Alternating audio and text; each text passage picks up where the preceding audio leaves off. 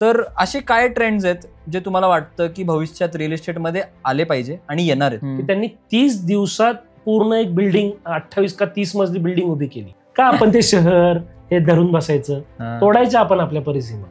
You have to get out of your comfort zone and create something great.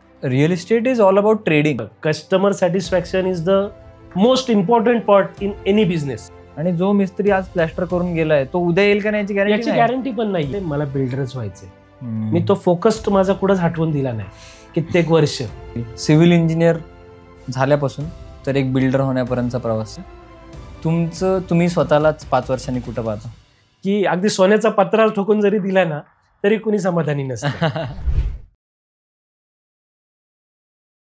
नमस्कार, आज एक Marathi podcast घेऊन आलोय आणि the real estate show with Abhishek. आणि आपल्यासोबत आज आहेत सागर गावडे आणि ते फार उत्कृष्ट काम करत आहेत रिअल इस्टेटमध्ये. आणि आज आपण एक पॉडकास्ट घ्यायचा ठरवला. मी त्यांना विनंती करेल की तुम्ही दर्शकांना सांगावं तुमच्याबद्दल अँड स्वतःला इंट्रोड्यूस करावं. फर्स्ट ऑफ ऑल तर माझं नाव सागर गावडे. शिक्षण माझं स्वतः मी इंजिनिअरिंग केलेलं आहे. ओके. सिव्हिल इंजिनिअरिंग केलंय स्पेशली, हे पण सांगतो. आणि ते करून मी आता रिअल इस्टेट, हॉटेल्स, हॉस्पिटॅलिटी अशा व्यवसायात काम करतोय. ओके. आणि येणाऱ्या अजून भविष्यातल्याही अपॉर्च्युनिटीजवर आपण काम करणार आहे. ओके. येस. तर जेव्हा मी हे पॉडकास्ट सुरू केलं तर त्यामागे माझी एक भावना अशी होती की रिअल इस्टेटच्या फील्डबद्दल जाणून घेऊया. ओके. तर हे आपलं पहिलं पॉडकास्ट आहे जेव्हा मी एका बिल्डर टू बिल्डर आपण बसतोय. तर हे बिल्डरचं जे डिस्कशन असतं हे नेहमी पडद्याआड असतं. आपण आता पडद्याच्या पुढे आहोत. तर तसं आहे. तुम्ही या रिअल इस्टेट फील्डमध्ये आला तर तुमची या रिअल इस्टेट क्षेत्रात यायची प्रेरणा काय होती? म्हणजे तुम्ही जेव्हा इथे आला तर तुम्ही काय मोटिवेशन काय होतं ह्याच्या मागे? मोटिवेशन म्हणजे काय म्हणूयात ना की मी सगळ्यांना नेहमी सांगतो, मी काय म्हणजे रिअल इस्टेटमध्ये ऍक्सिडेंटली नाही आलेलो. मी हे ठरवून आलोय.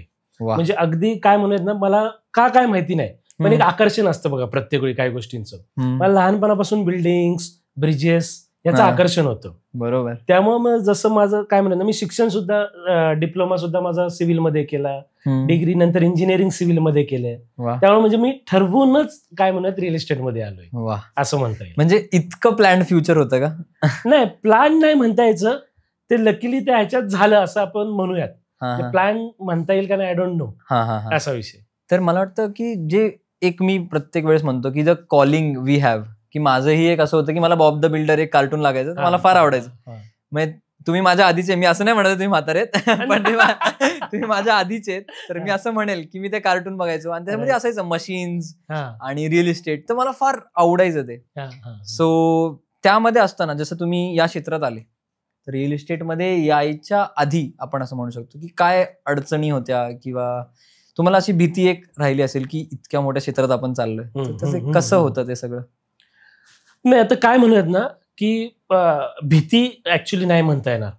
कारण ज्यावेळी माझं शिक्षण कम्प्लीट झालं, आपण एक नक्की होतं की जो काय व्यवसाय करायचा आहे आपल्याला, एकदम व्यवसायात जायचं नाहीये. आणि मला वाटतं ना नेहमी युवकांनी पण हे करावं की कुठलाही मला जर व्यवसाय चालू करायचा आहे ना तर एकदम नाही त्या व्यवसायात पडावं. थोडंसं जर त्या व्यवसायातलं काही ट्रेनिंग घ्यावं, तो व्यवसाय जिथं चालतो तिथं थोडंफार 1 वर्ष 2 वर्ष नोकरी करावी, हे त्याच्यातल्या खाचाखळगे, फायनान्शियल्स हे समजून येतात. म्हणजे इंटर्नशिप टाईप करावी सिरियसली. तसंच मी कमीत कमी 5 ते 6 वर्ष मी ऍक्च्युअल कन्स्ट्रक्शन व्यवसायात जॉब केला. मग तो जॉब केल्यामुळे बऱ्याचशा गोष्टींचा आपल्याला आयडिया आली की बेसिकली फायनान्शियल्स कसे असतात, प्लॅन सँक्शन म्हणजे काय, ज्या लिगल टर्म्स काय असतात, या सगळ्या तिथं शिकता आल्या. बरोबर. आणि त्या शिकता आल्यामुळे मग पुढं थोड्याशा अडचणी कमी झाल्या, मी असं म्हणेल. आणि जसं आपण म्हणतो, समजा जेव्हा मागच्या आपण गोष्टींकडे बघतो, जेव्हा छत्रपती शिवाजी महाराज होते तर कुठल्याही लढाईला जाणार तर त्यांचं एक प्लॅनिंग असायचं मागून, back of the mind always. आणि मी फार मोठा शिवभक्त आहे, तर तुमचं असं काय होतं की आपण म्हणतो ना की आपल्याला हे 2 व्हॅल्यूज लोकांना द्यायचे आहेत या व्यवसाय करत असताना, तर ते काय व्हॅल्यूज आहेत म्हणजे तुम्हाला असं वाटतं की तुम्ही देता? आता काय म्हणूयात ना की व्हॅल्यूज ज्या आहेत ना आमच्या मना किंवा माझ्या मना, ह्या म्हणजे या व्यवसायी आधीच्या आहेत, मी असे म्हणेल 2 मिनिटासाठी. हम्म. कारण त्या व्हॅल्यू मी आलोय आणि ठरवल्यात अशा नाहीये. त्या व्हॅल्यू ऍक्च्युअल मी जगतोय. बरोबर आहे. बरं का, ते आत्मसात आहेत. आत्मसात आहेत म्हणून त्या माझ्या व्हॅल्यू आहेत. बरोबर. Actually, लक्षात घ्या. कळलं का? तर आता मला जर पर्सनली विचारसाल ना, तर माझी सगळ्यात पहिली व्हॅल्यू आहे ना, लर्न, म्हणजे शिका आणि शिकत राहा. बरं का, म्हणजे मी स्वतः कंटिन्युअसली काहीतरी शिकत असतो. माझ्या टीम मेंबर्सला मी कंपल्सरी नियम केलाय की स्वतः काहीतरी शिकायचं, शिकत राहायचं. तर ती व्हॅल्यू मी जगतो. माझ्या टीम मेंबर्सला, माझ्या मित्रांना सुद्धा जगायला लावतो. बरोबर. म्हणजे अगदी एक छोटस मी लास्ट टाइम पण एकदा उदाहरण दिलं होतं की असं म्हणूयात ना की माझ्याकडे एक प्यून म्हणून आलेला मुलगा होता. मी त्याला सांगितलं कंटिन्युअस काहीतरी शिकायचंय. ती व्यक्ती आज माझ्याकडे लायझनिंग ऑफिसर म्हणून काम करते. अरे वा. का? तर लर्न ही व्हॅल्यू त्यांनी शिकली ना, म्हणून. त्यामुळे म्हणजे माझ्याकडे जो कोणी येतो ना, मी त्याला नेहमी सांगतो की तू लर्निंग मोड मध्ये पाहिजेस भाऊ, तर तू माझ्याबरोबर टिकशील. मी स्वतः कंटिन्युअस काही ना काही शिकत असतो. बरोबर. लक्षात घ्या. म्हणजे मी तुम्हाला असं सापडणारच नाही नवीन काय करत नाहीये. फेल झालो तरी चालेल, नाही शिकलो तरी चालेल, पण नवीन म्हणजे नाही आत्मसात झाली तरी चालेल, पण शिकत राहायचं. बिकॉज ती माझी व्हॅल्यू आहे आणि ती माझ्या कंपनीची पण व्हॅल्यू आहे. आणि ती खूप मोठी व्हॅल्यू आहे. ते म्हणतात ना की शिक्षण हे वाया जात नाही आणि माणसं नेहमी शिकत राहावं. सर ती एक गोष्ट आहे. तर जेव्हा आपण रिअल इस्टेट बद्दल बोलतोय, तर तुमचा पहिला प्रकल्प कुठला होता जो तुम्हाला फार एकदम तो तुम्हाला छानच आठवत असणार आहे? कुठला होता तो? ऍक्च्युली एक हे थेरी आहे बघा, म्हणजे जे तुमचं पहिलं असतं ना ते नेहमी अविस्मरणीय असतं. Old is gold. कुठलीही पहिली गोष्ट बघा, तुमची पहिली गाडी, तुम्ही भले नंतर भविष्यात जाऊन मर्सिडीज घ्या, पण पहिली जी आपली गाडी असती ना, पहिले पल्सर असू दे, छोटी टू व्हीलर असू दे, पण ती पहिलीच महत्व असतं. बरोबर. तुम्ही कधीच विसरत नाही. पहिलं प्रेम विसरता का? त्यामुळे तसंच आहे. पहिला प्रोजेक्ट हा मी भले भविष्यात जाऊन किती मोठा प्रोजेक्ट करू दे, जो पहिला माझा प्रोजेक्ट आहे ना, तो नेहमी जवळ असणार. आणि एक त्याच्यात चांगली गोष्ट काय माहिती का, मला पहिला माझ्या प्रोजेक्टला माझं नाव देता आलं होतं, सागर विहार. अरे वा. ह्याच्यासारखं म्हणजे सुख नाही. आणि म्हणजे त्या रस्त्याने मी कधी फिरतो ना, तर असं यार आजही मी बघतो यार ये अपना बनाया प्रोजेक्टवर सबसे पहिले. माझं पण तसं आहे. म्हणजे फर्स्ट इज बेस्ट आहे. म्हणजे तिथं चुका झाल्या किंवा काहीही झालं, पण ते फर्स्ट आहे. सर तसं आहे. आणि आय फील फर्स्ट म्हणजे पहिल्या प्रेमाबद्दल बोलले तर साहेबांचं आहे आज, म्हणजे म्हणजे मंडळी विचारणार आज.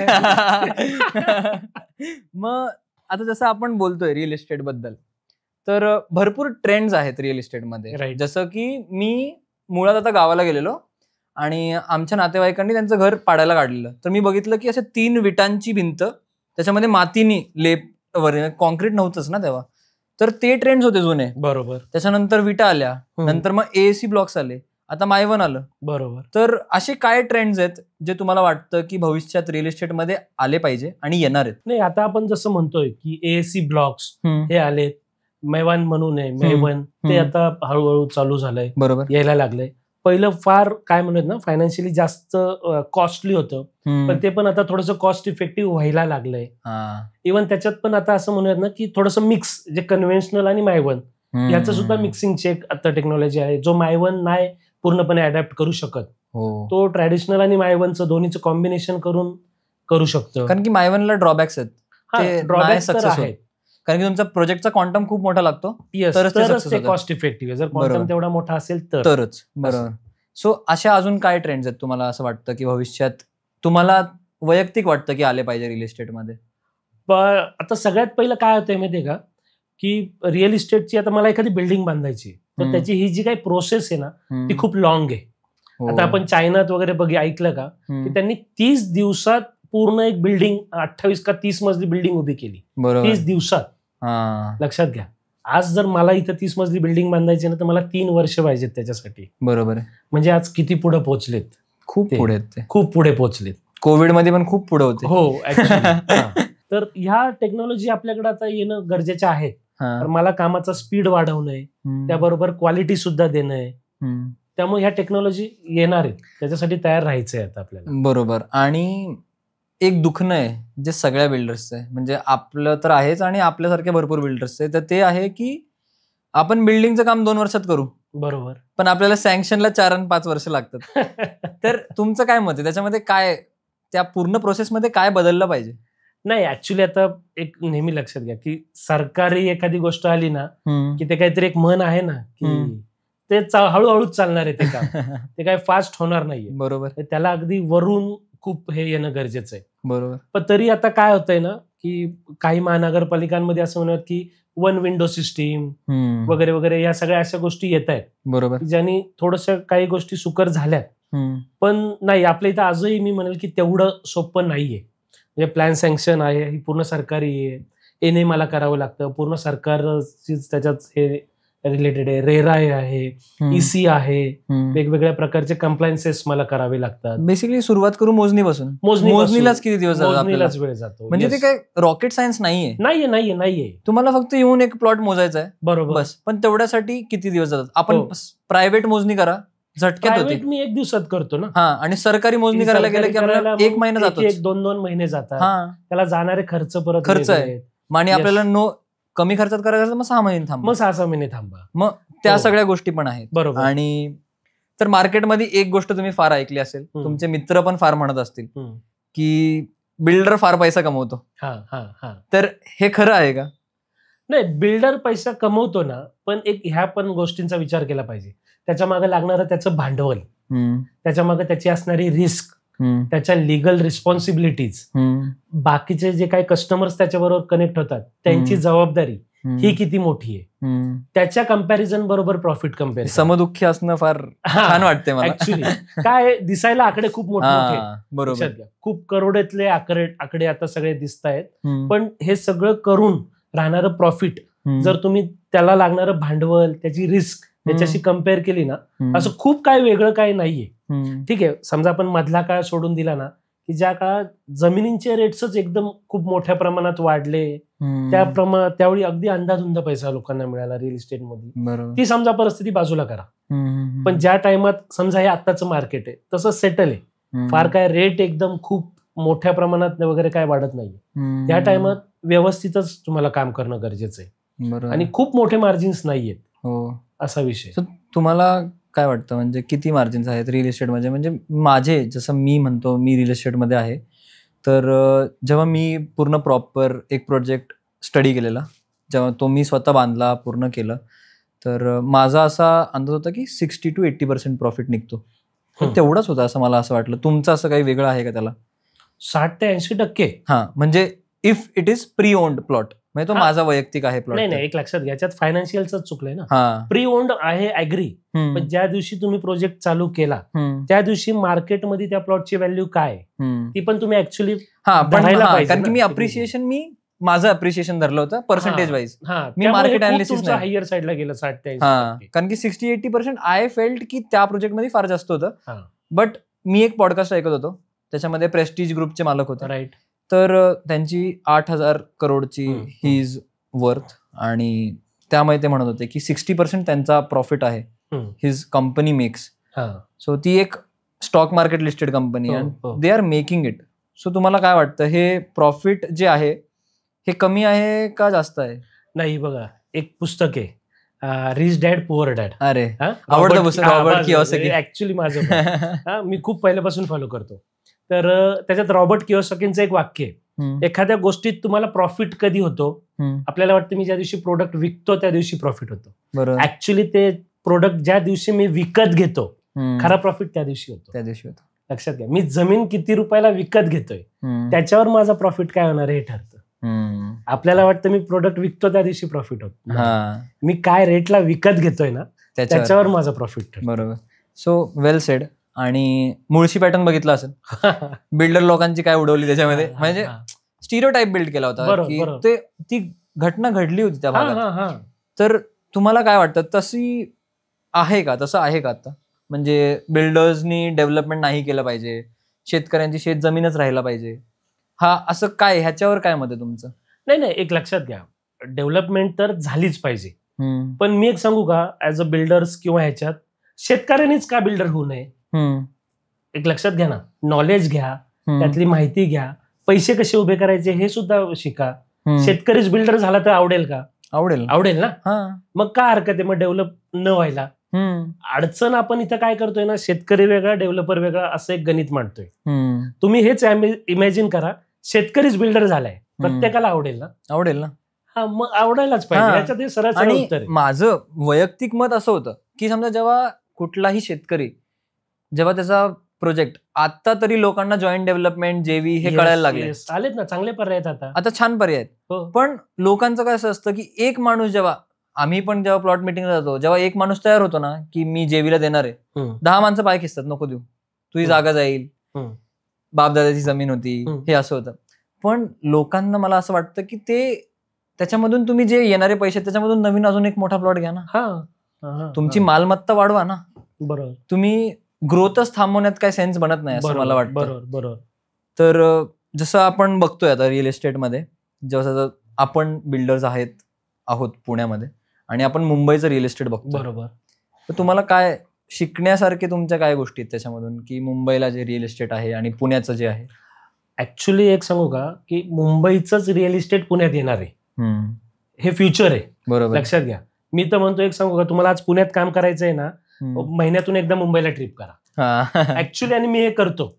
काय, मुंबईला जा, मुंबईच्या बिल्डिंग्स बघा, छोट्या छोट्या प्लॉट मध्ये कसे नंबर ऑफ युनिट्स जास्त बसवलेत, त्याचे पार्किंग कसे जास्त बसवलेत, जे आज आपण चॅलेंज फेस करतोय ना, मुंबईवाल्यांनी हे 20 वर्षापूर्वी केलेले, त्यातून शिकलेत, तिथून बिल्डिंग उभ्या केल्यात. हे चॅलेंजेस आपल्याला येणार आहेत ना, तर त्यांनी काय केलं ना, त्यातून शिकायचं. पण त्यांच्या कॉर्पोरेशननी पण ते आधी शिकले की रस्ते मोठे करा. त्यात आता कसे माहितीये का, आपण चुका करून नाही शिकायचं, दुसऱ्याच्या चुकातून आपण शिकायचं, तरच इट्स वाईज. तर आपलं जिंदगी एवढी नाही ना, आपणच प्रत्येक चुका करायला शिका, दुसऱ्याच्या चुकातून शिकलं तर शहाणे. बरोबर, असा विषय. आणि म्हणजे मी बघतो की मुंबईला जसं व्हर्टिकल आपण जे बोलत होतो की व्हर्टिकल डेव्हलपमेंट तिथं आहेत. बरोबर. तर मी पुण्याचं फार भाग्य समजतो की पुणे खरंच हॉरिझॉन्टली फार वाढतंय, खूपच. म्हणजे जसे खूप नवीन नवीन एरियाज, पुनावळे म्हणा, इकडे वाघोली म्हणा, तिथे तर छान डेव्हलपमेंट होत आहेत. बरोबर. आणि तुम्ही ओपन आहात का? म्हणजे तुम्हाला जे म्हणतो ना आपण की एक बालेकिल्ला एक कॉन्सेप्ट असते की आपण तेवढ्याच त्या ह्याच्यामध्ये लिमिट्स मध्ये राहतो, तर तुम्हाला आवडतं की तुमचा आहे का तो आवडीचा विषय बाहेर जाऊन डेव्हलपमेंट करण्याचा? नाही, ऍक्च्युली आता बालेकिल्ला ठीक आहे, असतो बालेकिल्ला, पण माझी थॉट प्रोसेस असं आहे ना, बालेकिल्ला म्हणजे ना, आपण तो कम्फर्ट झोन तयार करून घेतो स्वतःचा. लक्षात घ्या. आणि तो कम्फर्ट, ज्या वेळी तुम्ही कम्फर्ट झोन तोडता ना, तरच तुमची प्रगती होती. असा एक अगदी बेसिक नियम आहे. मग त्यामुळे मला असं वाटतं ना की नाही, त्या बालेकिल्ल्यात नाही अडकून बसलं पाहिजे. मला एक सांगा, चला एक कुठलाही मोठा बिल्डरचं नाव घ्या की जो फक्त बालेकिल्ल्यातच काम करतोय. एक नाव सांगा, चला, नाही मोठा जो चांगला झालाय. जर तुम्हाला प्रगती करायची तर बालेकिल्ला तोडायचा. You have to get out of your comfort zone. Yes. आणि तेव्हाच यू कॅन मेक मार्वल्स. आज आता मोठमोठे डेव्हलपर्स आहेत, लोढा, हिरानंदानी, फक्त मुंबई पुरते त्यांचा मुंबई बालेकिल्ला आहे, पण आले ना मुंबई सोडून आज पुण्यात प्रोजेक्ट करतायत, पीसीएमसी मध्ये केले, गहुंजात केले, त्यांनी त्यांचे बालेकिल्ले सोडले ना. आपण कोण आहे का आपण ते शहर हे धरून बसायचं, तोडायचं आपण आपल्या परिसीमा. लक्षात, मला तरी असं वाटतं. नाही, म्हणजे एकदम बेस्ट थॉट आहे की you have to get out of your comfort zone and create something great. म्हणजे एकच आयुष्य आहे. आणि जसं तुम्ही आहात आणि मी पण आहे, तर माझंही आधीपासून होतं की व्यवसायच करायचा. आणि मराठी माणसाने व्यवसाय करणाऱ्यात असं आग असते आपल्यात. तर तुम्ही कुठलाही प्रोजेक्ट जेव्हा डेव्हलपला घेता किंवा विचार जरी करता की मला हा प्रोजेक्ट घ्यायचा आहे, तर काय पॅरामीटर्स असतात? म्हणजे जसं माझं वैयक्तिक मी एक्झाम्पल देतो की जेव्हा मी प्लॉट बघतो तर माझं असतं लोकेशन. Okay, location. आणि एक असतं माझं, एक मला माहिती नाही तुमच्याबद्दल, पण माझं एक असं असतं की पॉझिटिव्ह. त्या प्लॉटवर गेल्यावर मला थोडंसं एक पॉझिटिव्हिटी जाणवती नाही. तर ते जर असेल ना, तर मग विचार नाही करायचा जास्त, हो म्हणायचं फक्त. मग तसं तुमचे काय आहेत प्रोजेक्ट घ्यायच्या वेळेस विचार? नाही, सगळ्यात पहिला तर जसं तुम्ही म्हणले, तर सगळ्यात महत्वाचं असतं तर लोकेशन्स. बरोबर, लोकेशन. पण आता आजकाल काय झालंय ना की लोकेशन बरोबरच जे काय आता नवीन UDCPR आलाय, त्यामुळे मला प्लॉट साईज काय, त्याचं रोड काय समोरचे, बरोबर, हे एक मोठं चॅलेंज आहे, समजून घ्यायला लागतात. आणि त्याहून महत्वाची मी पुढची गोष्ट म्हणेल ना, लोकेशन पेक्षाही त्यातली लिगल किंवा क्लिअरिटी, प्लॉट लिगली क्लिअर आहे का, हे एक सगळ्यात मोठं मला वाटतं ना की आपल्याला बघावं लागतं. ठीक आहे, लोकेशन खूप छान आहे, पण लिटिगेशन आहे, काय उपयोग आहे का? नाही. त्यामुळे मी म्हणतो की लोकेशन ऍज वेल ऍज त्यातलं लिगल हे क्लिअरिटी, हे सगळ्यात महत्वाचे बघणं गरजेचं असतं. बरोबर. सो एखाद्या गोष्टीत आपण असंही म्हणू शकतो ना की लोकेशन ओके पण लिगली एकदम क्लिअर टायटल आहे, 7/12 एकच नाव आहे, तर आपण घेतो ना, तो घेतो, म्हणजे थोडंफार कॉम्प्रोमाइज करतो. येस. सो ते तसं असतं. So what is UDCPR? तर ते आहे की एक रूल बुक आहे फॉर रिअल इस्टेट आणि त्या हिशोबाने डेव्हलपमेंट होतात. सो मुव्हिंग फॉरवर्ड, आता जसं आपण एक बघतो की लोक म्हणतात आजकाल की आधी काय मोठे फ्लॅट्स होते, 1 BHK 2 BHK, आणि आता कार्पेट एरियाज एकदमच छोटे झाले. जो आधी 1 BHK होता त्याच्यामुळे 2 BHK बांधतात. मग तुमचं काय व्ह्यू पॉइंट आहे? म्हणजे ह्याचं उत्तर माझ्या मनात रेडी आहे as a builder, but I want to know your side. नाही, हे बघा, आता याच्यात माझी पण कन्सेप्ट क्लिअर आहे. मी मुंबईत गेलो, लक्षात घ्या, मुंबईत जागांचे रेट जास्त आहे. बरोबर.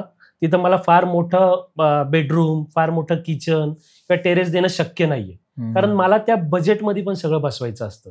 हेच मी थोडंसं खालच्या शहरात येऊ, आपण समजा पुण्यात येऊ, तर पुण्यात त्यातल्या त्यात तुम्हाला अजून मोठे फ्लॅट मिळतील, बाल्कनी मिळतील, कारण रेट्स त्या मानाने मुंबईच्या मानाने कमी आहे.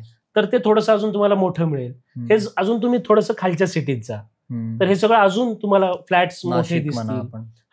किंवा अजून थोडंसं गावाकडे जा, मग तर तिथं फ्लॅट ही कन्सेप्टच नाही ना. मस्त बंगला आहे, पुढं अंगण आहे, बाल्कनीचं टेन्शन नाही, लोडिंगचं टेन्शन नाही. हे का होतंय माहितीये का, की माझं रेट्स म्हणजे सेलिंग रेट्स, हे सगळ्याच गणित बसवण्यासाठी मग हे सगळं थोडं काय म्हणतात ना, कॉम्प्रेस करावं लागतं. म्हणजे तुम्ही जसं बघा शहरांकडे जा, हे सगळं कॉम्प्रेस होते, खाली असेल तसं. आणि मुळात असं मला वाटतं की जर लोक तयार असतील, जर मार्केट ट्रेंड आला पुण्यामध्ये की लोकांचं मत आहे की आम्ही घेतो 750चा किंवा 800 850चा 2 BHK आम्ही घ्यायला तयार आहे, तर बांधतील ना बिल्डर. तुम्ही तेवढे पैसे द्यायला तयार असाल तर बिल्डर बांधणार. बरोबर. पण ते ट्रेंड्स नाहीयेत पुण्यामध्ये. ट्रेंड असला तरी बघा, मला काय वाटतं ना, ट्रेंडपेक्षा सगळ्यात महत्वाचं काय असतं ना, की फायनान्शियल्स बसले पाहिजे. हे खूप मॅटर करतं. ट्रेंड शेवटी येतो कुठून? जर ते फायनान्शियली बसलं, प्रोडक्ट खपलं गेलं तर ट्रेंड येतो. प्रोडक्ट खपलंच नाही तर ट्रेंड येत नाही. अलग लक्षात. शेवटी समजा आपण 2 मिनिटं असं म्हणूयात ना, मुंबई शहराचा जर विचार केला तर तिथं 2-2.5 कोटीचा फ्लॅट ओके असं त्यांना वाटतं. तो माइंडसेटची लोक आहे. हेच आपल्या इथं 2.5 कोटीचा फ्लॅट म्हणलं की थोडस डायसी जाते, खूप विचार करतील. पण आपल्या इथं काय म्हणजे फायनान्शियल्स 1-1.5 कोटीत मला फ्लॅट बसवायचा आहे. जे आपण पुणे शहराबद्दल समजा मी 2 मिनिटं बोलतोय, हे जर थोडंसं पिंपरी चिंचवडमध्ये तुम्ही आला तर 70 लाख 80 लाख ह्या बजेटमध्ये मला बसवायचंय. थोडंच मी नाशिक शहराकडे वगैरे गेलो तर मला तो 40-50 आतच फ्लॅट बसवायचा आहे.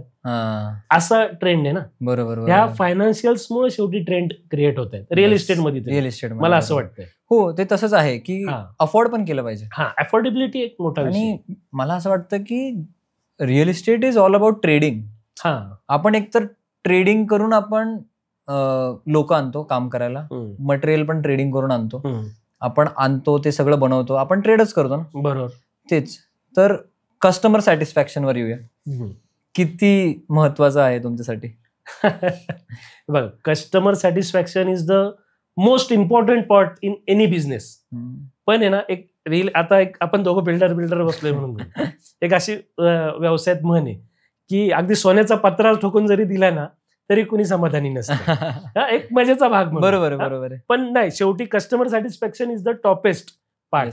पण शेवटी काय आहे ना, ज्यावेळी रिअल इस्टेटमध्ये तुम्ही असता ना, तर एखादी काय म्हणत ना, वास्तू जी आहे ना, त्यातून 10 ठिकाणावरून मटेरियल येतं जे नॅचरल स्वरूपातून आलेलं आहे. निसर्गाशी वेदरमध्ये विअर अँड टिअर त्याचं चालू असतं, त्यामुळे त्याचं काय म्हणत इरोजन होणं, त्याच्यात क्वालिटीत फरक पडणं, या गोष्टी होतात. आणि जो मिस्त्री आज प्लॅस्टर करून गेलाय तो उद्या येईल का नाही याची गॅरंटी पण नाहीये. हो, तर ते आहे. लेबरचे डिफेक्ट त्याच्यात येऊ शकतात, कुठला कॉन्ट्रॅक्टर कधी सोडून जाईल. These are the problems. बिल्डरला फार ह्या सगळ्या गोष्टी फेस करायला लागतात. आणि जसं तुम्ही म्हणले की सोन्याचा पत्रा जरी ठोकून दिला तर नीड्स संपत नाही कोणाची. नाही संपत. आणि मुळात तुम्ही जरी वैयक्तिक कुठल्या बिल्डरचा फ्लॅट घेतला तर तुमच्या काही एक्सपेक्टेशन असतात त्याच्याकडून. बरोबर. ते कुठल्याही कस्टमरचं ते काय चुकीचं नाहीये. कस्टमर चुकीचा नाहीच, बिलकुल नाही. आणि there is a saying, customer is the king of the market. की आपण सगळे काय आहे, कस्टमर नाही तर आपण कोण नाहीये. बस. So that is the thing. आणि जेव्हा आपण म्हणतो की रिअल इस्टेटमध्ये आपण आलोय, तो रिअल इस्टेट इज अ लंबी रेस का घोडा. It's very long term success thing. तर तुम्हाला काय वाटतं की लॉंग टर्म सक्सेस किंवा लॉंग टर्म ब्रँड बिल्डिंगसाठी रिअल इस्टेटमध्ये एका बिल्डरमध्ये काय हवं? मी म्हणेल ना, सगळ्यात महत्वाचा विषय मला वाटतो तर तुमचे व्यवहार चोख असला पाहिजे. सगळ्यात पहिला तर तुम्ही ज्या काही जमिनी खरेदी करता, जागा मालक शेतकऱ्यांना व्यवस्थित प्रॉपर सांगितलेल्या टाइमात पैसे गेले पाहिजेत. इथूनच सगळ्यात मोठी सुरुवात होती. फक्त आता मी म्हणेल फक्त काय म्हणेल ना, जमीन मालकच नाही, त्याच्याच खालोखाल तुम्ही बिल्डिंग बांधता तर नंबर ऑफ वेंडर्स त्याच्यात इन्व्हॉल्व्ह असतात. तुमच्या स्टील सप्लायर्स, सिमेंट्स, अनेक कॉन्ट्रॅक्टर, सगळ्यांचे पैसे टाइमात गेले पाहिजेत. म्हणजे तुमचा व्यवहार चोख पाहिजे. म्हणजे मला वाटतं जर तुम्हाला लॉंग टर्म काम करायचंय ना, तर हे एकमेव गोष्टीवर जरी काम केले ना, सगळे व्यवहार चोख ठेवला ना, तरी मी म्हणेल खूप चांगली ग्रोथ तुम्ही करू शकता. अँड तुमचा व्ह्यू पॉइंट काय आहे फायनान्शियल्सला घेऊन? जसं की काही बिल्डर असतात की ते इतके कॅश काव असतात ना, की कॅश काव इज लाईक की इतका कॅश असते, हार्ड कॅश, इतके पैसे असतात की लोन वगैरेच्या भानगडीत पडतच नाही. त्यांना फिकर पण नाही आहे की फ्लॅट जाऊ का नाही जाऊ. इतके पैसे आहेत की स्वतःच बिल्डिंग बांधू शकतात. तर तशी सिच्युएशन सगळ्या बिल्डर्ससोबत माझ्यासोबत पण नाही आहे. तर तुम्हाला काय वाटतं की कसं असतं की लोन घेणं पण बिल्डर लॉबीनी कसं आहे, म्हणजे चांगलं आहे नाही आहे?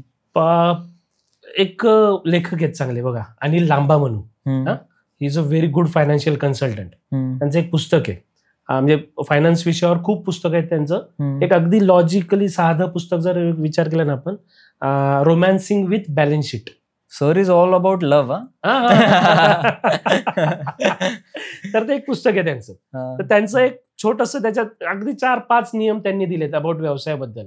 त्याच्यात एक दुसरा तिसरा एक नियम काय माहिती, छोटासा काय म्हणत, म्हणजे त्याला profit and cash flow are the 2 different things. काय म्हणजे एखादी कंपनी प्रॉफिट करते आणि त्याच्याकडे कॅश फ्लो पण असेल, असं होऊ शकतं, नाही होऊ शकत, असं नाही सांगू शकत. किंवा असंही असू शकतं एखाद्याकडे भरपूर कॅश फ्लो आहे किंवा बँकेत भरपूर पैसे आहेत, पण ती कंपनी प्रॉफिट मध्येच असेल, असं नसू शकतं. बरोबर, लक्षात घ्या. म्हणजे तुमच्या अकाउंटलाच पैसे म्हणजे तुम्ही प्रॉफिट मध्ये आहे का, हे नाहीये. नाही असा तो. पण माझं असं होतं की तुम्हाला काय वाटतं, लोन्स वगैरे घेणं, कन्स्ट्रक्शन फायनान्स वगैरे करणं बिल्डरसाठी चांगलं आहे नाही? म्हणजे आता एक सांगू का, की जर माझा एक व्ह्यू विचार असेल ना, तर 100% लोन केलंच पाहिजे. ऍक्च्युली एका मुद्द्याला आपण येणार होतो की तुम्ही ज्यावेळी एखादा प्रोजेक्ट केला फर्स्ट टाइम किंवा काय, तुम्ही काय चुकी केली, बरं का. तर त्यावेळी मी काय चुकी केली मला एक सांगू का, मी माझे सगळे खिशातले पैसे टाकून प्रोजेक्ट उभा केला. ही आज चुकी झाली हे मला आज कळतंय, लक्षात घ्या. मी म्हणेल की जर बँक फायनान्स करते, कन्स्ट्रक्शन फायनान्स करते ना, इट्स अ गुड ऑपॉर्च्युनिटी पैसे उभारण्यासाठी. बरोबर. ते मला आज येऊन रिअलाइज होते बरेच वर्षानंतर. तर मी म्हणेल उलट खूप चांगली म्हणजे कॉल येतो की जर बँक तुम्हाला फंड करते, बँक फंड घ्या. उलट तो चांगला मार्ग आहे. प्रोजेक्ट रन चांगल्या प्रकारे होतो, वेळेत होतो. फक्त त्याचे रिफंड्स, पेमेंट सगळे व्यवस्थित झाले पाहिजेत. EMI yes. तर जसं आपण बघतोय, आपण न्यू एज बिल्डर्स आहोत असं आपण म्हणूया. आपणच एकामेकांना पदवी म्हणजे पदवी देऊया आपण. तर जसं जुनं कन्स्ट्रक्शन रिअल इस्टेट चालायचं, तर त्याच्यामध्ये आतामध्ये फरक आहे. तर सॉफ्टवेअर यायला लागलेत आजकाल मार्केटमध्ये. सो तुमचं काय म्हणणं आहे त्यावर? सॉफ्टवेअर्स आहेत ना, मी म्हणेल की असं जसं म्हणतोय की काळाची गरजच आहे, की जे तुम्हाला ऍक्सेप्ट करणंच आहे. म्हणजे जर तुम्ही तो काय असं म्हणत ना की तो चेंज येणारा, तो चेंज आहे, तो तुम्हाला स्वीकारायला लागेल. बरोबर. तर तुम्ही त्यातून बाहेर पडसाल. आणि होतं काय बेसिकली ना, हे असं नवीन काही येतं ना, एखादी टेक्नॉलॉजी सॉफ्टवेअर आपण का घेत नाही, तर त्याला लागतात पैसे. बरोबर. सगळ्यात म्हणजे एक बिल्डर कुठं विचार करतो, अरे पैसे लागणार, आणि मग तिथं आपण घेत नाही. ऍक्च्युली मी पण हाच विचार करत होतो. मी पण बरेच वर्ष थोडंसं नको एखादं सॉफ्टवेअर वापरायला, नको टेक्नॉलॉजी वापरायला, असा विचार पण मी करत होतो, बरं का. पण नंतर मग आता हळूहळू मी सुद्धा म्हणजे प्रत्येक गोष्टीसाठी सॉफ्टवेअर्स वापरायला लागलोय. म्हणजे कन्स्ट्रक्शनच्या सगळ्या सिस्टीमसाठी ERP, सेल्स ट्रॅक करण्यासाठी CRM आहेत वेगवेगळ्या प्रकारचे. म्हणजे तुम्हाला आता हे टेक्नॉलॉजी सॉफ्टवेअर वापरणंच आहे, अदरवाईज नाही गोष्टी मॅनेज होऊ शकत. आणि काय होतं ना, पहिलं असं म्हणत की नंबर्स कमी होते, 10 फ्लॅट, 20 फ्लॅट, 50 फ्लॅट, तोपर्यंत हे सगळं मॅनेज होत होतं. पण ज्यावेळी तुमचे नंबर्स वाढतायत ना, 100 फ्लॅट 200 फ्लॅट, तुम्हाला टेक्नॉलॉजीची मदत घेणंच आहे. लक्षात घ्या. आता असं म्हणून चालेल का नाही मी तो आपला ह्याचाच काळाच डब्बाच मोबाईल फोन वापरणार नाही, मोबाईल वापरतो ना. बरोबर आहे. त्यामुळे हा चेंज आहे, ऍक्सेप्टन्स तुम्हाला करावाच लागणार आहे. आणि सॉफ्टवेअर साठी मला असं वाटतं की बिल्डर जे घाबरतात की इकडे खर्च होणार आहे, पण त्यापेक्षा जास्त इन द लॉंग टर्म पैसे वाचणार असतात. हा येस. आणि काम फार जास्त म्हणजे म्हणतो ना अॅक्युरसी येते, तर ते होणार असतं. बरोबर, कामाचा तुमचा स्पीड वाढणार आहे, अॅक्युरसी येणार आहे. बरं, सगळ्या गोष्टी आज आपण वही पेन यूज कमीच करतोय ना. जे काही जेवढं आपल्याला सॉफ्ट डेटा सेव्ह करता येतोय तोच आहे जो लॉंग टर्म राहणार आहे. बरं, ज्याला तुम्हाला पाहिजे त्याला तुम्ही त्याची विजिबिलिटी देऊ शकता, ऍक्सेस देऊ शकता. आज एखादा कस्टमर तुमचा अमेरिकेत आहे, तिकडून त्यांनी फ्लॅट बुक केलाय, तर तुमचं सॉफ्टवेअर योग्य प्रकारचं आहे तर तुमच्या कामाची प्रोग्रेस काय आहे हे सगळं बघू शकतो. बरोबर आहे. अलग लक्षात ऑनलाईन चेक करू शकतो. अशाही टेक्नॉलॉजी आलेल्या आहेत. अदरवाईज दुसरा पर्याय काय, त्याला इथं स्टाफला कोणाला तरी फोन करा, मग तो त्याला विचारणार. यातलं पूर्ण ही सायकल डायरेक्ट कमी होऊन जाते ना. हो, आणि त्यामध्ये बिल्डर्स मी बघितलेत की जे आहेत ज्यांनी ऍप्स वगैरे डेव्हलप केलेत. राईट. त्या पर्टिक्युलर बिल्डरचा ऍप, त्याच्यामध्ये तुम्हाला सगळं दिसतं, तुमचं किती पेमेंट गेलंय, तुमचं नेक्स्ट पेमेंट कधी, काम कुठपर्यंत आलंय, म्हणजे या लेवलला गोष्टी होत आहेत. बरोबर बरोबर. आणि जसं आता मॉडर्न गोष्टींबद्दल आपण बोलतोय, तर फार मोठ्या एक व्हिडिओ पण व्हायरल झालेला मध्ये, ते 3D प्रिंटिंग. तर तुम्हाला काय वाटतं, ते आहे सक्सेसफुल? 3D प्रिंटिंगचं जर मला विचारसाल ना, तर आपण मला असं वाटतं ना की जे समजा मला हॉरिझॉन्टली काहीतरी डेव्हलप करायचंय ना, तर तिथं 3D प्रिंटिंग कामाला येऊ शकतं. म्हणजे एखादा सिंगल बंगलो, एखादा सिंगल फार्म हाऊस, छोट्या स्ट्रक्चरसाठी. पण ज्यावेळी मला खूप मोठं हायराईज काही करायचंय किंवा खूप मोठं स्ट्रक्चर करायचंय, तर तिथं हे 3D प्रिंटिंग किती इफेक्टिव्हली काम करेल, मला थोडीशी शंका येते. टेन्साईल स्ट्रेंथची भीती आहे का, पडू शकतं? टेन्साईल स्ट्रेंथ म्हणा. पण आणि सेकंड थिंग काय आहे ना, मला ज्यावेळी त्याला जे काही 3D प्रिंट करायचंय ते त्याला तो इनपुट द्यायचा आहे ना, कुठून तरी ते मटेरियल मला त्याला द्यायचंय, तर ते किती त्याचा लोड बिअर करेल, किती त्याची कॅपॅसिटी आहे, हे अजून ट्रस्टेड आणि प्रूव्हन नाहीये. कॉन्क्रीट एवढं, विटे एवढं. त्यामुळे आज तरी मला चॅलेंज दिसतंय की 3D प्रिंटिंग कन्स्ट्रक्शन मध्ये किती चांगलं काम करेल. बरोबर. थोडं मी पर्सनली थोडा शासंक आहे त्यावर. म्हणजे ते स्केप्टिकलपणा तो येतो, कारण की भीती वाटते नवीन गोष्टींना अडॅप्ट व्हायला ना, थोडंसं एक हे असतं. पण 3D प्रिंटिंग तुम्ही जसं म्हणताय हॉरिझॉन्टल मध्ये खरंच सक्सेसफुल आहे. येस, हॉरिझॉन्टल होईल सक्सेसफुल, व्हर्टिकल होईल का नाही थोडी ती शंका आहे. येस, बरोबर. आणि विथ चेंजिंग ट्रेंड्स, कस्टमर्सचे डिमांड बदलत चाललेत. बरोबर. आणि जसं एक प्रॉब्लेम असतो वास्तू, तर वास्तू जेव्हा आपण कुठली बिल्डिंग डेव्हलप करतो तेव्हा आपण त्या प्लॉटची वास्तू पाहून आपण बिल्डिंग डेव्हलप करतो. बरोबर. तर आजकाल फार लोकांना प्रॉब्लेम येतात त्यांच्या घरांच्या वास्तूंसाठी. बरोबर. तर काय करू शकतो, म्हणजे ऍज अ बिल्डर? ज्यावेळी मी सगळ्यात पहिल्यांदा एखादा प्रोजेक्ट डेव्हलप करायला घेतो ना, तर पूर्ण प्रोजेक्टचं वास्तू मी चेक करण्याचा प्रयत्न करतो की वॉटर टँक योग्य दिशेला असली पाहिजे, घरांच्या एंट्रन्स पूर्व पश्चिम असाव्यात. बरं का, ज्या मॅक्झिमम कॉमन गोष्टी आहेत ना, ॲज अ बिल्डर म्हणून मी त्या करायच्या 100% प्रयत्न करत असतो. पण समजा मी एखाद्या इंडिव्हिज्युअल घरावरती तर असं आपण 2 मिनिटासाठी म्हणूया की किचन मला आग्नेयला पाहिजे, ही एक जनरल थॉट आहे. तर मला 4ही फ्लॅटचा किचन आग्नेयला आणणं तसं शक्य नसतं, नाही होत. लक्षात घ्या, प्रॅक्टिकल लेवलला विचार करायचा झाला तर. हा झाला एक विषय.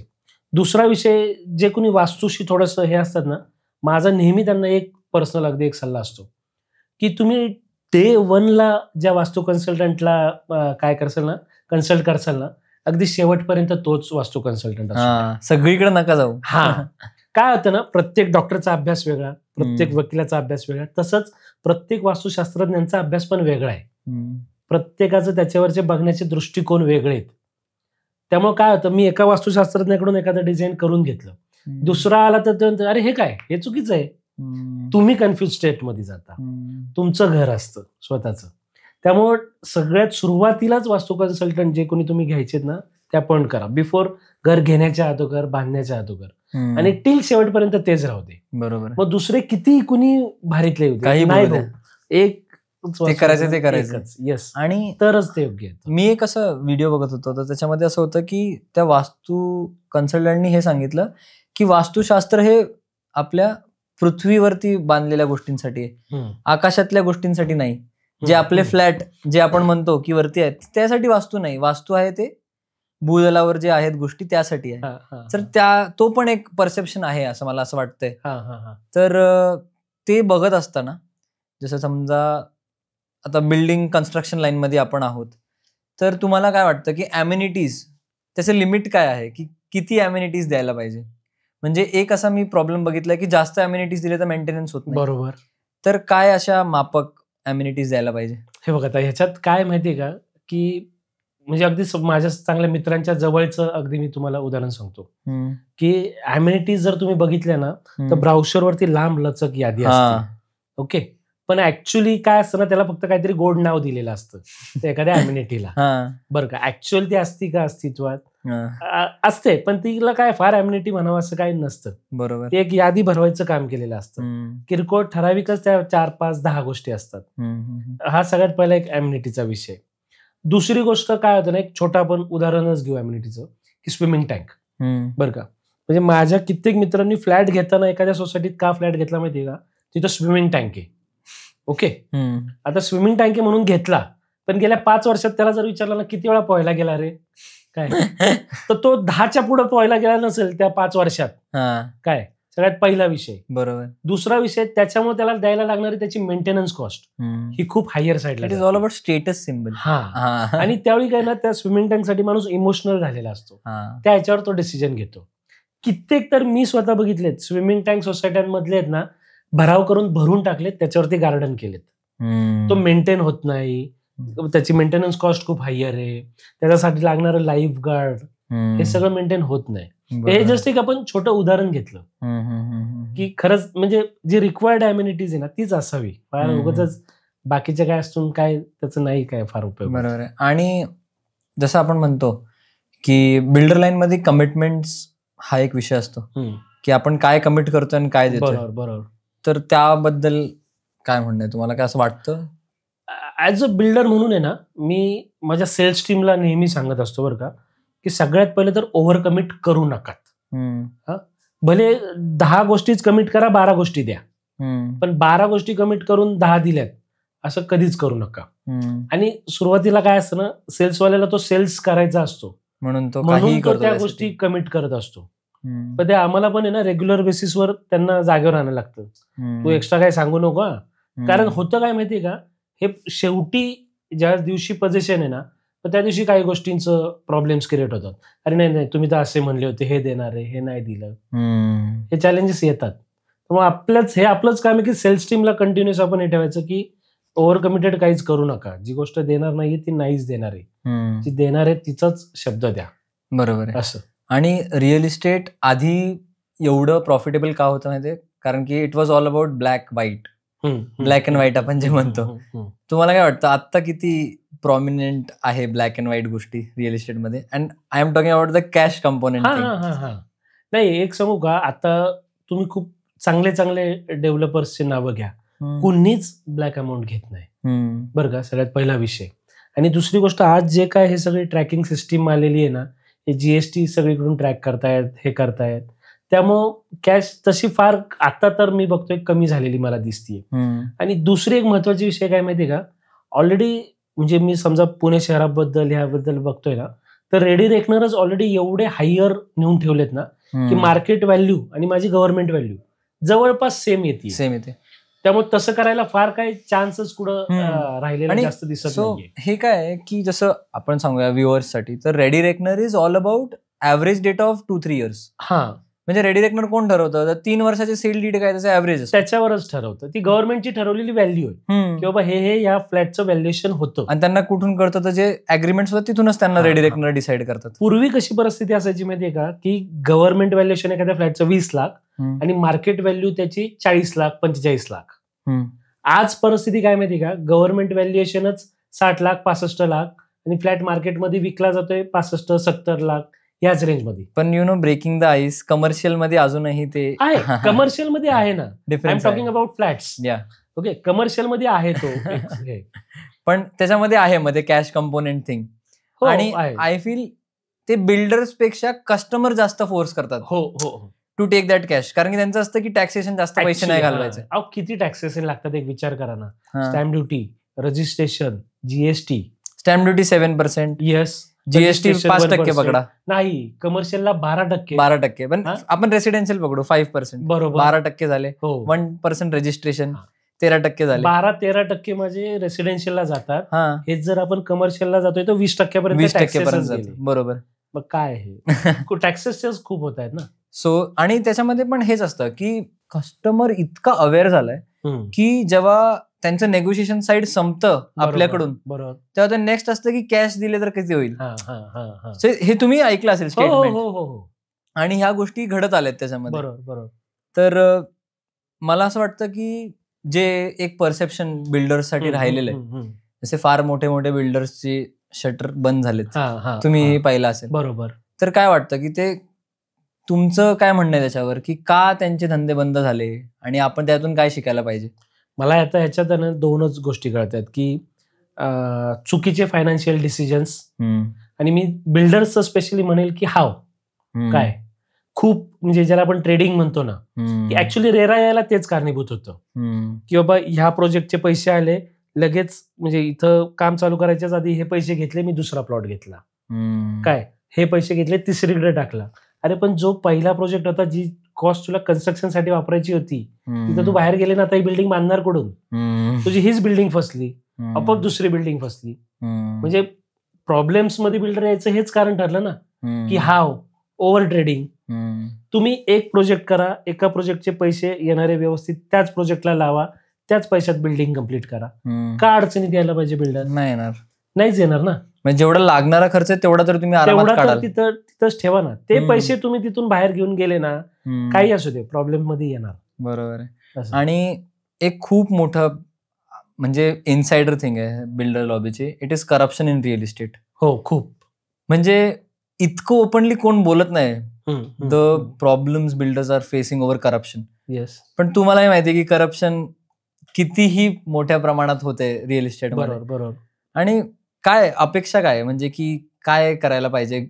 I don't know government officials would watch this or not, पण काय अशा या योजना राबवल्या पाहिजे की ज्याच्यामुळे ह्या सगळ्या गोष्टी कमी झाल्या पाहिजे? तर आपण तर आपलं काम करतोय. नाही, ऍक्च्युली आता काय म्हणत ना, हे फार अवघड प्रश्न आहे आणि सगळेच यांनी ऍक्च्युली त्रासलेले आहेत. म्हणजे पूर्वी मला असं आठवतंय ना की बाबा जी सरकारी लोक होती ना, की त्यांचं असं ठरलेले असायचे, एखादा प्लॅन सँक्शन केला तर 5,000 रुपये, 10,000 रुपये. आज अशी परिस्थिती आहे ना, स्क्वेअर फुटावर आहे. किती स्क्वेअर फूट आहे तुमचं? 1,00,000 स्क्वेअर फूट इंटू 2 रुपये इंटू 3 रुपये, असं सगळ्याला रेट्स लावलेत. इथपर्यंत परिस्थिती आहे. आणि हे असं आहे की आपण टॅक्सेस भरतोय. हो, आपण टॅक्सेशन सगळं प्रॉपर करतोय, सगळं लिगली करतोय. आम्हाला तसंच करायचं असतं तर आपण इलिगल कन्स्ट्रक्शन बांधले असते, पण आपण लिगल करून ऑल्सो वी आर फेसिंग दिस. बरोबर. आणि त्यात पण हेच आहे की जे कन्झ्युमर्स एंडला जे गोष्टी समजून घेत नाही ना, तर ह्या पण गोष्टी त्याला मॅटर करतात की आपण आपल्या साईडनी सगळ्या गोष्टी टाइमवर करतो. बरोबर. आपल्या डॉक्युमेंट्स वगैरे जाऊन पण आपल्याला सँक्शन कम्प्लिशन याला किती टाइम जातो. So that is the thing. Yes. आणि एक प्रश्न असा की भरपूर लोक जेव्हा हा व्हिडिओ बघतील तेव्हा कुठल्याही एका 20 ते 25 वर्षाच्या मुलाला जर रिअल इस्टेटमध्ये यायचं असेल तर त्यांनी काय आदर्श घ्यावा आणि कसं रिअल इस्टेटमध्ये पेनिट्रेट करावं? बरेच जणांचं एक मिसकन्सेप्शन काय माहितीये का, की जर मला रिअल इस्टेटमध्ये काम करायचंय ना तर माझ्याकडे खूप पैसे पाहिजे. पण मला वाटतं असं काही नाहीये, एक लक्षात घ्या. म्हणजे फक्त कन्स्ट्रक्शन हा पार्ट सोडला ना तरी अजून रिअल इस्टेटशी रिलेटेड अजून बऱ्याचशा गोष्टी आहेत ना. आणि हा जो परसेप्शन आहे ना, भरपूर पैसे हवे, हा आपला पण असणार आहे जेव्हा आपण मार्केटमध्ये. हो, राईट. मला काय म्हणायचंय, एक छोटासा व्यवसाय सांगतो मी, कित्येक माझ्या मित्रांना सुद्धा सजेस्ट करतो. बिन भांडवली व्यवसाय. एक तुम्ही चांगली चॅनल पार्टनर फर्म चालू करू शकता का? नाही, एजंट. काय भांडवल लागतंय तुम्हाला? काहीच नाही लागत. तुमचं बरं आजच्या जमान्यात ऑफिस घ्यायला नको, काय नको, एक मोबाईल घ्या, तुमचं ऑफिस झालं. लक्षात घ्या, तुमचं कम्युनिकेशन स्किल पाहिजे. तुमच्या प्रोजेक्ट एरियामध्ये सर्च करा की काय प्रोजेक्ट आहेत, समजून घ्या. तुमचे बाकी ठिकाणी कस्टमर्स त्याच्यासाठी सर्च करा. मी म्हणेल खूप आजच्या दिवसाला म्हणजे कमी भांडवलात रन होणारा ही चॅनल पार्टनर ही आज एक खूप चांगली अपॉर्च्युनिटी आहे ज्याला रिअल इस्टेट व्यवसायात यायचंय. पण एक आता काय झालंय ना, मधल्या काळात बघा, आपण जे असं म्हणूयात की एजंटचा सुळसुळाट झालता बरं का. उठ सूट कुणी सगळे सातबारा agent. घ्यायचा, फिरायचा, पण बॉस पहिला तुला तो वाचता येतोय का, तुला त्यातलं नॉलेज आहे का. यासाठी मी एक चांगलं म्हणेल ना, की आता रेरा जसं बिल्डरसाठी आलाय ना, तसं एजंटसाठी सुद्धा आलेलं आहे बरं का. त्यांनी त्याच्यासाठी काही एक्झाम्स आता डिफाईन केलेले आहेत. त्याचे म्हणजे तुम्हाला पहिला त्याचा अभ्यास करायचा आहे की रेरा काय आहे एक्झॅक्टली, बिल्डर काय आहे, फ्लॅटचा कार्पेट काय असतो, बिल्डअप काय असतो, स्टॅम्प ड्युटी कशी कॅल्क्युलेट करतात. म्हणजे हे एक चांगलं गोष्ट आहे. म्हणजे काय म्हणत ना, जे एक ऑर्गनाइज्ड नव्हतं रिअल इस्टेट हे, तर थोडंसं रेरा वगैरे ह्या गोष्टीमुळे ना एक ऑर्गनाइज्ड स्वरूप थोडंसं येऊ शकतं ह्या गोष्टीमुळे. म्हणजे जो एखादा एजंट असेल किंवा सीपी असेल ना, त्याला पण ह्या सगळ्या गोष्टी टेक्निकल टर्म्स माहीत असणार आहे. हे खूप चांगलं या ह्याच्यात एक झालेली गोष्ट आहे असं. आणि एक काय चांगली शिकवण राहील सिव्हिल इंजिनियर झाल्यापासून तर एक बिल्डर होण्यापर्यंतचा प्रवास, त्यामध्ये काय सांगाल तुम्ही की काय एक हे होतं मोटिवेशन म्हणा किंवा काय स्किल सेट होता जो तुम्हाला लागला बिल्डर होण्यासाठी? मी जर म्हणजे माझ्याबद्दल बोलायचं झालं ना, तर मी म्हणजे असं म्हणूयात ना की फोकस्ड. मी पहिली जी 10 वर्ष होती ना माझ्या म्हणजे काय म्हणत ना करिअर मधली, मी खूप फोकस्डनी काम केलंय. म्हणजे मी ज्यावेळी असं म्हणूयात ना की रिअल इस्टेटमध्येच काम करत होतो ना, मला बाकीच्या पण संधी त्यावेळी येत होत्या. म्हणजे असं म्हणूयात ना की काही इन्फ्रास्ट्रक्चर डेव्हलपमेंटचं, पीसीएमसी किंवा गव्हर्नमेंट कॉन्ट्रॅक्टचं, हे माझ्याकडे अपॉर्च्युनिटी येत होत्या. पण त्यावेळी मी एकाच गोष्टीवर पूर्णपणे फोकस्ड होतो, नाही मला रिअल इस्टेटमध्येच काम करायचंय, मला बिल्डरच व्हायचंय. मी तो फोकस्ड माझा कुठंच हटवून दिला नाही कित्येक वर्ष. आणि मला वाटतं ना त्यामुळे ते होऊ शकलं. अदरवाईज जो फोकस असला असताना मग मी थोडासा कुठेतरी इन्फ्रास्ट्रक्चर मध्ये गेलो असतो, कुठेतरी ब्रिज बनवायच्या फंद्यात पडलो असतो, कुठेतरी रोड बनवायच्या फंद्यात पडलो असतो. पण माझा पर्सनली फोकस एकच होता, आपल्याला रिअल इस्टेट बिल्डर डेव्हलपर्सच व्हायचंय. त्यामुळे ते जास्त सोपं गेलं असं मला वाटतं. बरोबर आहे. आणि एक बायफर्गेशन एक गोष्ट असते की म्हणतात ना की don't keep your all eggs in one basket. तर तसं मी बघितलं की आपल्यामध्ये एक गोष्ट कॉमन आहे, दॅट इज तुमचं एक हॉटेल पण आहे. राईट, हॉटेल बाजी. राईट. तर ती आयडिया कुठून आली? ऍक्च्युली आता काय होतं ना की आता गेले 10-12 वर्ष रिअल इस्टेट व्यवसायात आहे. थोडंसं व्यवस्थित आपण एका व्यवसायात आता मार्गी लागलेलो आहे. तर मग बरेच वेळा येतं आता काय समथिंग न्यू. तर त्यातून आलेली ही आमची ऍक्च्युली कन्सेप्ट आहे की मग चलो रिअल इस्टेटमध्ये थोडं व्यवस्थित काम करतोय, तर मग आता थोडंसं एक डायव्हर्जन करूयात. म्हणून मग त्यातून आलंय हॉटेल बाजी असं. पण मला वाटतं ना की हे सगळं डायव्हर्जन आपण म्हणायला सोपं आहे, पण डायव्हर्जन करायच्या आधी माझा जो मूळ व्यवसाय ना तो खूप स्ट्रॉंग पाहिजे, तर ते डायव्हर्जन आहे. नाही तर मी बघितलंय कित्येक वेळा ना घरका ना घाटका, हाही व्यवसाय जातो तोही व्यवसाय जातो, तसं होतं. अशी परिस्थिती होती झालेली आहे. त्यामुळेच जो पहिला व्यवसाय माझा एकदम स्ट्रॉंग पाहिजे असं, तरच मग डायव्हर्जनच्या नादी लागलेलं बेटर. माझं तरी एक असं होतं की मी साथवाला धंदा असं म्हणू शकतो की कन्स्ट्रक्शन इक्विपमेंट्स मध्ये करायचो, तर ते रिलेटेड आहे कन्स्ट्रक्शन. बरोबर. तर तुम्ही डायरेक्ट हॉटेल इंडस्ट्रीमध्येच गेले. तर जेव्हा आता तुम्ही 2 बिझनेसेस सांभाळत आहे, तर कुठलं जास्त आवडतंय? शेवटी पहिलं प्रेम आपण म्हणणार, किती मोठं हॉटेल खोलू दे, पण शेवटी रिअल इस्टेट ते आपल्या जवळच आहे, तेच आवडणार. म्हणजे त्याला ऑप्शनच नाहीये. So first love is the yes.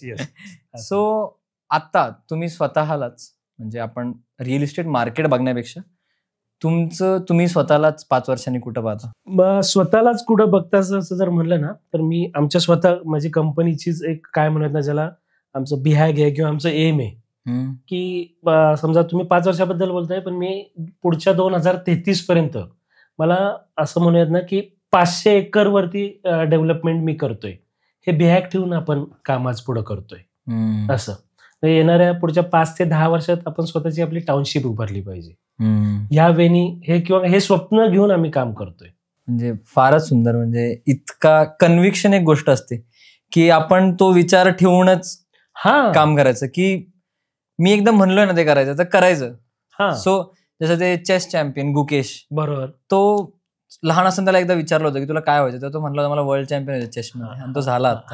So that is conviction. I feel manifestation म्हणून एक कन्सेप्ट आहे, ते पण मी आहे ना त्या दिवशी तो सध्या दिलजीत दोसांझ एकदम फॉर्मला. तर दिलजीत दोसांझचा एक जुना मित्र आहे, तोचा सहज एक चर्चा, त्याचा एक इंटरव्ह्यू तो सांगत होता की जो छोटे छोटे कार्यक्रम करत होता ना, पण तरी पण तो त्याच्या ज्यावेळी ड्रेसिंग रूम मध्ये असायचा ना, तो आरशासमोर उभं राहायचा आणि त्याच्या समोर 5,000 10,000 क्राऊड आहे, त्यावेळी मी काय वागणार आहे ना, तो त्या आरशासमोर वागायचा, तो ते करायचा, जे आज जाऊन मॅनिफेस्ट होतंय. किंवा तुम्ही शाहरुख खानचे व्हिडिओ बघा, छोटे छोटे, काय तो म्हणजे त्याचा ऍटिट्यूड बघा किंवा हे बघा, म्हणजे किंग ते किंगच आहे त्याचं, आणि त्यांनी ते मॅनिफेस्ट केलंय. तो पहिल्यापासून तसा जगतोय शाहरुख खान, बघा, तो आज त्याला त्या गोष्टी जगायला मिळत आहे. आणि पुण्यामध्ये तर जर तुम्ही तुमचा भाग सोडला, रावेत सोडला, तर नेक्स्ट असं कुठलं ठिकाण जे तुम्हाला आवडेल काम करायला? असं म्हणूयात ना, की म्हणजे अबाउट पिंपरी चिंचवडच सांगू का? हा, तर कुठेही, पुणे तुमचं आहे असं समजा. हा तर पुण्यातलं कुठलंही ठिकाण. म्हणजे मी म्हणेल की मी समजा आता रावेतची एक थोडी परिसीमा सोडून थोडस भविष्यात एक पिंपळे सौदागर मध्ये येतोच आहे. ओके, पिंपळे सौदागर सोडलं तर मला असं वाटतं ना, मला भविष्यात कोरेगाव पार्कला काम करायला आवडेल. अरे वा. डेक्कन भागात एखादं काम करायला आवडेल असं. आणि समवेअर तुम्हाला रिडेव्हलपमेंट मध्ये काम करायला इच्छा आहे का? आणि रिडेव्हलपमेंटला तुम्ही कसं पाहता? म्हणजे नाही, इच्छा आहे का, तर 100% इच्छा आहे बरं का. आणि काही प्रोजेक्ट्सवरती आम्ही जस्ट ऑन पेपर सुद्धा काम करतोय. तर येणाऱ्या भविष्यकाळात एक रिडेव्हलपमेंटला प्रोजेक्टला पण मी दिसेल तुम्हाला. बरोबर. म्हणजे रिडेव्हलपमेंट मध्ये जेव्हा मी पण स्विच इन करायचा विचार करतोय, तर रिडेव्हलपमेंट फार टफ आहे. येस. जो सक्सेस रेट तुम्हाला इथं आहे ना, तो सक्सेस रेट तिथे नाहीये. बरोबर. आणि इट इज ऑल बिकॉज फार लोक इन्व्हॉल्व्ह होतात. हा, ऍक्च्युअली आता मी हाच मुद्दा मांडणार होतो. ज्यावेळी तुम्ही एखादी जमीन विकत घेताय ना, त्यावेळी किती जमीन मालक असतात? 1 असतो, 2 असतो. ओके, रिडेव्हलपमेंट मधले 2 चॅलेंजेस मी तुम्हाला सांगतो. एक म्हणजे समजा बाकीचे सोडून द्या, एक मेंटल चॅलेंज सांगतो. सगळ्यात पहिलं तर त्या माणसाचं ते दुसरं घर असतं, त्यामुळे त्याचं वय काय असतं माहिती का, अराउंड तो 60-65 वाला असतो. ओके, जो की बऱ्यापैकी रिटायर्ड झालेला आहे. बरोबर. आणि तो त्या सोसायटीचा मालक असतो. असं म्हणा की त्यावेळी 40 फ्लॅटची बिल्डिंग आहे, तर ते 40 मालक आले आता तुमच्या मागे उभे राहिला. बरोबर. ओके, हा झाला एक विषय. दुसरी गोष्ट, ती सगळी रिटायर्ड मंडळी आहेत. ते येऊन तुम्हाला 10 वेळा प्रश्न विचारणार आहेत, हे काय ते काय, ते पण तुम्हाला सॉल्व्ह करायचंय. बरोबर. तिसरी गोष्ट एक रिसेंटली माझ्या एक लक्षात आलेली, मी तुम्हाला सांगतो की आजकाल सोसायटीत सुद्धा काय करतायत ना, एखादा थर्ड पार्टी कन्सल्टंट नेमतायत. ओके, की तो ते सगळं काम चेक करणार आहे. मी ज्यावेळी एखाद्या शेतकऱ्याची लँड डेव्हलप करून सगळं प्रोजेक्ट तिथं उभा करतोय ना, मला फक्त कस्टमरला उत्तरं द्यायची, ज्यांना मी फ्लॅट विकणार आहे त्यांना. आता इथं तुमच्यावर डबल चेक आलाय. इथं मला ऍज अ त्या सोसायटीचा कन्सल्टंटला पण उत्तर द्यायचंय, सोसायटीवाल्या पण त्या जुन्या लोकांना उत्तर द्यायचंय, प्लस तिसरे जे नवीन कस्टमर आलेत त्यांना पण उत्तर द्यायचंय. तर तुमच्यावर आता 3 चेक आले, जो पूर्वी इन जनरल केसमध्ये एकच असतो. हे समजून घ्या. आणि बिल्डर लॉबीमध्ये अभ्यास हा खूप मोठी गोष्ट आहे. हा, तुम्हाला कुठलाही प्लॉट करायचा आहे, कुठलाही प्रोजेक्ट करायचा आहे, फार जास्त स्टडी करावा लागतो त्याचा, की त्यामध्ये कसं होणार आहे, फायनान्शियल्स पासून तर टाइमलाईन पर्यंत. बरोबर, त्या सगळ्या गोष्टी.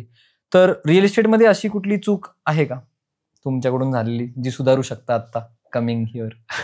तर माझ्याकडून प्रत्यक्ष झालेली चूक जर म्हणसाल ना, तर मी एक मगाशी थोडंसं बोलता बोलता पण म्हणलो की सुरुवातीच्या काळात ज्यावेळी मी प्रोजेक्ट करत होतो ना, मी काय करायचो की स्वतःच पैसे कुठून तरी उभं करण्यासाठी खूप धडपड करायचो. बरं का. पण नंतर नंतर लक्षात आलं, बऱ्याचशा बँका आज तुमच्या बरोबर उभं राहतात, तुम्हाला प्रोजेक्ट फंड्स करतात, त्यावेळी पण आपण पैसे उभे करायला पाहिजे. तुम्ही आज कुठेही मोठे बिल्डर बघा, आज चांगले मोठे बिल्डर आहेत, ज्यांचं सेलिंग रेशो पण चांगला आहे. असं असून सुद्धा ते बरेचशा बँकांचं त्यांनी प्रोजेक्ट लोन अप्रूव्ह केलेलं असतं, आणि तो लोनचा आधार घेऊन ते प्रोजेक्ट रन करतात. बरोबर. तर सुरुवातीच्या काळात फार ह्या फायनान्सवर याच्यावर काम केलं नाही. तो एक छोटासा हे राहिलाय, पण जे की आता आपण हळूहळू करू त्याच्यावरती पण काम. सो आपण आता शेवटावर आलोय पॉडकास्टच्या. तर एक आमचं सेशन असतं रॅपिड फायर क्वेश्चन्स. तर त्यापैकी एकच निवडा आणि लगेच उत्तर द्या. सो फर्स्ट, मॉडर्न घर बांधायला आवडेल की पारंपरिक? मॉडर्न. फ्लॅट की बंगलो? बंगलो. न्यू टेक्नॉलॉजी की पारंपरिक बांधकाम? New technology. स्वतःच्या घरासाठी गार्डन की बाल्कनी? गार्डन. कलर स्कीम कशी, कलरफुल का एस्थेटिक? एस्थेटिक. एकाच वेळी खूप प्रोजेक्ट्स की एकच मोठा प्रोजेक्ट? एकच मोठा प्रोजेक्ट. सिटी का आउटस्कर्ट्स? सिटी. टाइमली कम्प्लिशन की quality? Timely completion. Luxury home construct करणार की budget friendly? Budget friendly. Collaborating with big teams की solo? Collaborating with big teams. Big teams. नवीन बांधकाम का रिडेव्हलपमेंट? नवीन बांधकाम. नंतर कस्टम बिल्ड हाऊसेस का प्री फॅब्रिकेटेड? Custom build. नंतर मॉडर्न ग्लास फसाड किंवा glass classic brick walls? Brick walls. Okay.